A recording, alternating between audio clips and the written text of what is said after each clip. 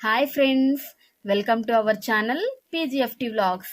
ఈరోజు దొండకాయ ఉల్లికారం ఎలా తయారు చేసుకోవాలో చూద్దాం. దొండకాయని నార్మల్గా ఫ్రై కానీ కర్రీ కానీ చేసుకుంటాం కదండి. ఇలా ఒకసారి ట్రై చేసి చూడండి, ఎంతో టేస్టీగా ఉంటుంది. అది ఎలా తయారు చేయాలో ఇప్పుడు చూసేద్దాం. దొండకాయ ఉల్లికారం తయారు చేసుకోవడానికి ముందుగా దొండకాయలు ఇలా పొడుగ్గా కట్ చేసుకోవాలండి. ఇది వంకాయ మాదిరి కూడా కట్ చేసుకోవచ్చు, కాకపోతే అది తొడని దగ్గర కొంచెం ఉడకదనమాట. సో ఇలా ముక్కలుగా కట్ చేసుకొని పెట్టుకోవాలి. ముందుగా స్టవ్ ఆన్ చేసుకొని కడాయి పెట్టుకొని ఆయిల్ వేసుకోవాలండి.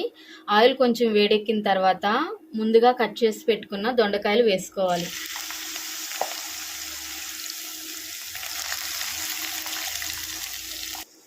ఇందులోకి రుచికి సరిపడా సాల్ట్ వేసుకోవాలి.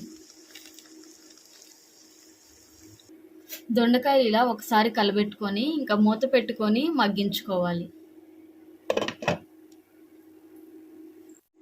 దొండకాయలు ఇలా కొంచెం మగ్గే టైంలో 1/2 టీ స్పూన్ వరకు పసుపు వేసుకోవాలి. దొండకాయలు ఆల్మోస్ట్ మెత్తగా ఉడికిపోయినాయండి.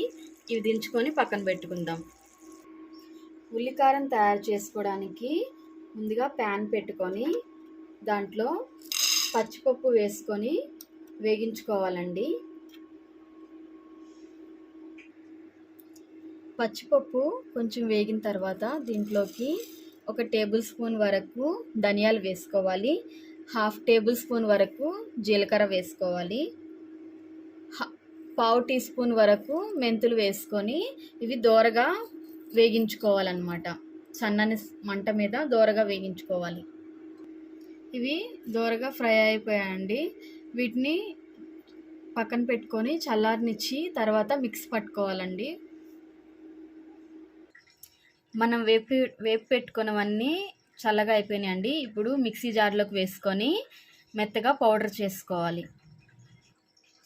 ఇది మెత్తగా పౌడర్ చేసుకున్న తర్వాత దీంట్లోకి 2 రెబ్బల చింతపండు వేసుకోవాలి. 4 వెల్లుల్లి రెబ్బలు వేసుకోవాలి. ఇవి కూడా కొంచెం మిక్సీ పట్టుకున్న తర్వాత 2 ఉల్లిపాయల్ని ముక్కలుగా కట్ చేసుకొని వేసుకోవాలి. దీంట్లోకి కారం వేసుకోవాలండి, పొడి కారం.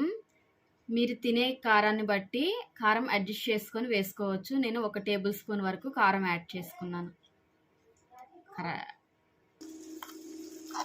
ముందుగా మనం వేపి పెట్టుకున్న దొండకాయల్లోకి మనం మిక్సీ పట్టుకున్నాం కదండి, దాన్ని ఆ పేస్ట్ అంతటిని వేసుకోవాలి.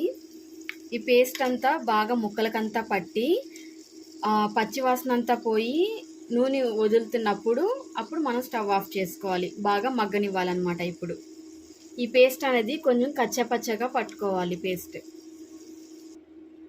ఇదంతా బాగా కలబెట్టుకొని మంటని మీడియం ఫ్లేమ్లోనే పెట్టుకొని మగ్గించుకోవాలి. ఇలా బాగా మగ్గిపోయిందండి. మసాలా అంతా బాగా పట్టిపోయింది, పచ్చివాసన కూడా పోయింది, ఆయిల్ పైకి తేలుతూ ఉందండి. ఇంకా కొత్తిమీరతో గార్నిష్ చేసుకొని స్టవ్ ఆఫ్ చేసుకోవడమే.